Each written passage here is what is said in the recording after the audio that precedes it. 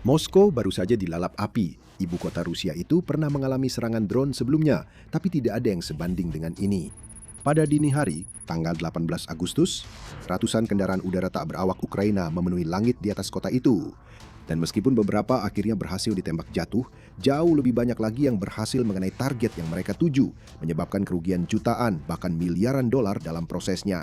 Perang benar-benar telah menghantam Rusia sendiri, dan sementara penduduk Moskow menyaksikan kota mereka terbakar, pemimpin mereka yang disebut-sebut sebagai pria kuat, Vladimir Putin, justru melarikan diri. Serangan besar-besaran itu dimulai pada larut malam tanggal 17 Agustus, dengan perkiraan sekitar 637 drone Ukraina lepas landas dari lokasi-lokasi strategis di dalam wilayah Ukraina dan memulai perjalanan yang relatif panjang melintasi wilayah-wilayah yang diduduki, melintasi perbatasan internasional dan lalui wilayah udara musuh untuk mencapai wilayah Moskwa yang terletak sekitar 450 km dari Ukraina.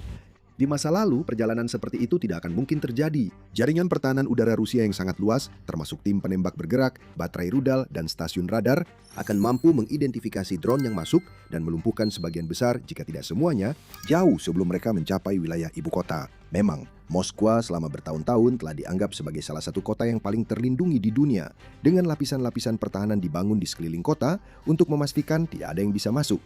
Tidak ada rudal, tidak ada pesawat, tidak ada drone. Sangat penting bagi Presiden Rusia Vladimir Putin untuk menjaga ibu kota negaranya tetap aman. Hal itu membantu menjaga reputasinya sebagai pemimpin yang kuat dan mampu. Dan itu juga memastikan bahwa jutaan orang yang tinggal di Moskwa, termasuk banyak penduduk terkaya di negara itu, bebas menjalani hidup mereka, menikmati warisan kota yang kaya dan landmark budaya yang terkenal di dunia, tidak tersentuh oleh kengerian perang. Jadi selama beberapa tahun pertama perang, Ukraina terus melancarkan gangguan-gangguan kecil ke arah Moskwa, mengirimkan sejumlah kecil drone ke arah ibu kota. Dari waktu ke waktu, tapi tidak pernah benar-benar memberikan dampak besar. Karena sebagian besar UAV-nya hampir pasti ditembak jatuh oleh pertahanan musuh.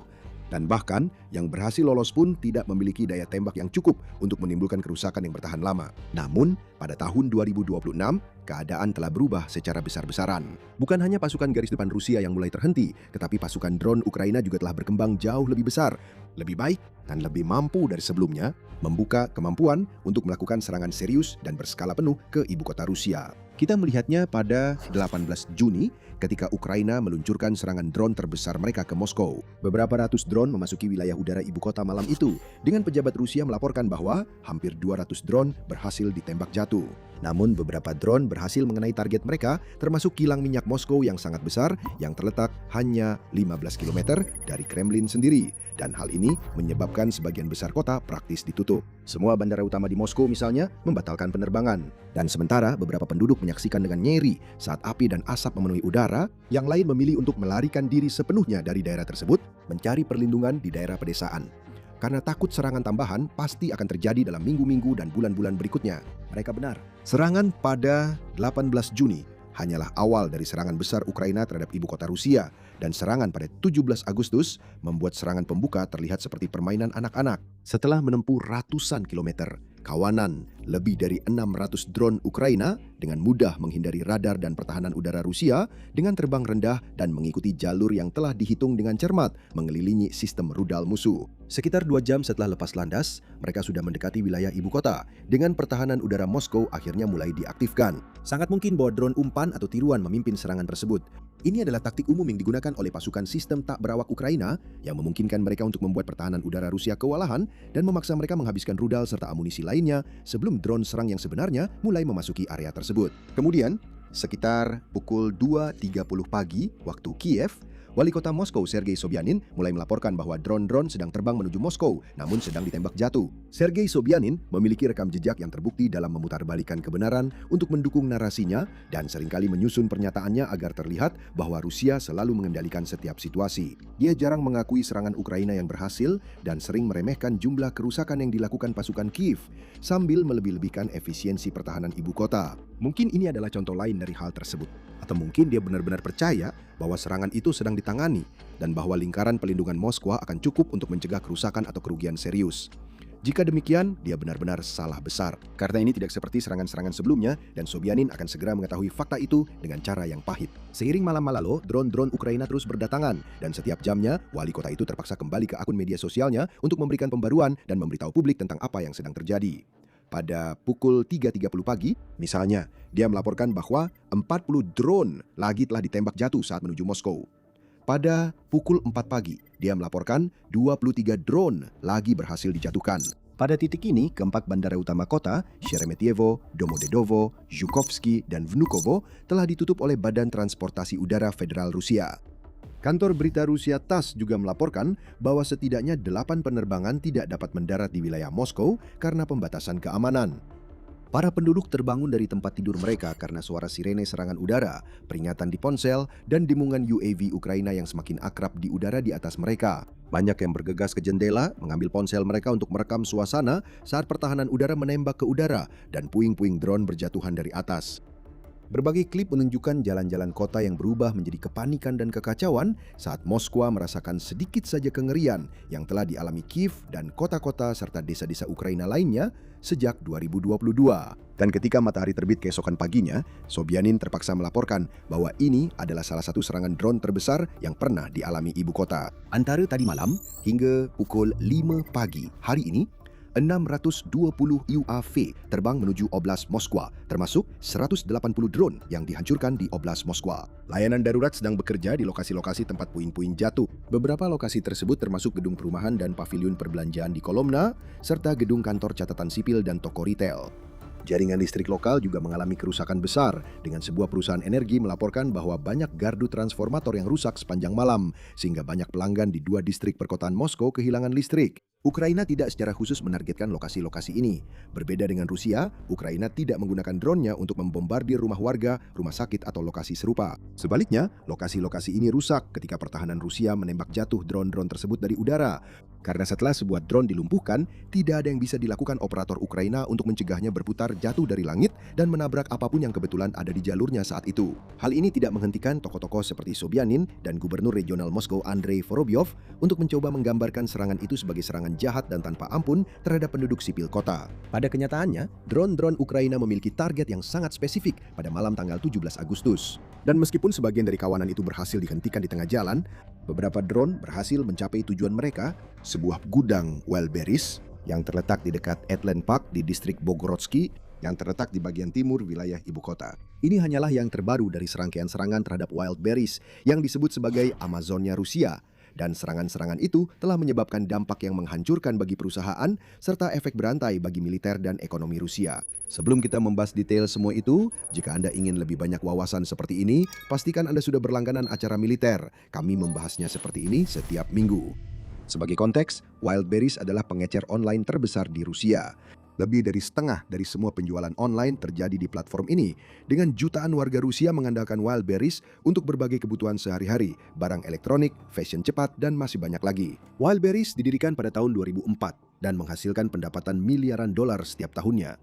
Sekilas, perusahaan ini tampaknya bukan musuh yang jelas bagi militer Ukraina. Namun ketika kita menelusuri lebih dalam, mudah untuk memahami mengapa Wildberries menjadi salah satu target utama Kiev.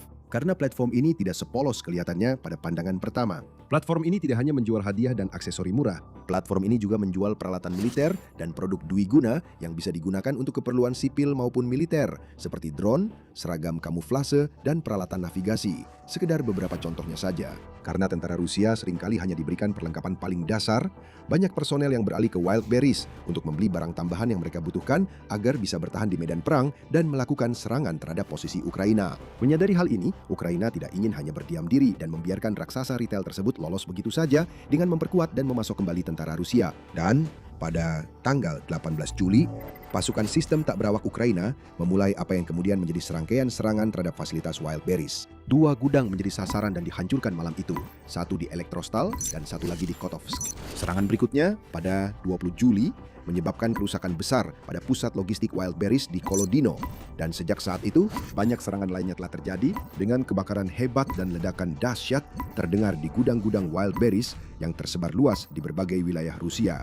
Dampak dari serangan-serangan ini sangat besar. Para ahli memperkirakan bahwa hampir 2,4 juta meter persegi ruang gudang Wildberries telah terdampak sejauh ini. Itu sekitar 43% dari total kapasitas gudang perusahaan yang berjumlah sekitar 5,6 juta meter persegi. Nilai barang yang hancur juga diperkirakan pada 14 Agustus sekitar 445 hingga 507 miliar rubel atau setara dengan 5,24 hingga 5,96 miliar dolar. Dengan serangan terbaru di gudang Moskwa, jumlah tersebut kemungkinan akan menjadi lebih tinggi lagi. Faktanya, Asosiasi Pemasok Barang untuk Perdagangan di Platform Elektronik, APTEP, sebuah organisasi dengan keahlian luas dalam jenis bisnis yang dijalankan Wildberries, memperkirakan jumlahnya bahkan lebih tinggi, sekitar 600 hingga 700 miliar rubel, atau 7,06 hingga 8,24 miliar dolar. Perusahaan itu sendiri diyakini telah mengalami kerugian langsung hingga 2,6 miliar dolar. Sementara ribuan pemilik usaha kecil yang bergantung padanya telah melihat stok dan perusahaan mereka hangus terbakar akibat serangan Ukraina. Dan sementara Wildberries dengan tergesa-gesa menulis ulang dokumen kebijakan perusahaannya untuk menolak segala tanggung jawab atas kerugian ini, banyak dari pemilik usaha ini melampiaskan kemarahan mereka kepada perusahaan dan pemerintah Rusia serta menuntut kompensasi segera. Namun seorang sumber Kremlin yang tidak mau disebutkan namanya yang berbicara kepada Reuters mengungkapkan bahwa Rusia memang tidak memiliki dana yang tersedia dalam jumlah cukup untuk mengganti rugi semua penjual yang terdampak. Dan dengan kampanye serangan terhadap Wildberries yang masih berlangsung, kekacauan ini sepertinya akan terus berlanjut dari sekarang. Akan ada gelombang kebangkrutan, kata sumber tersebut.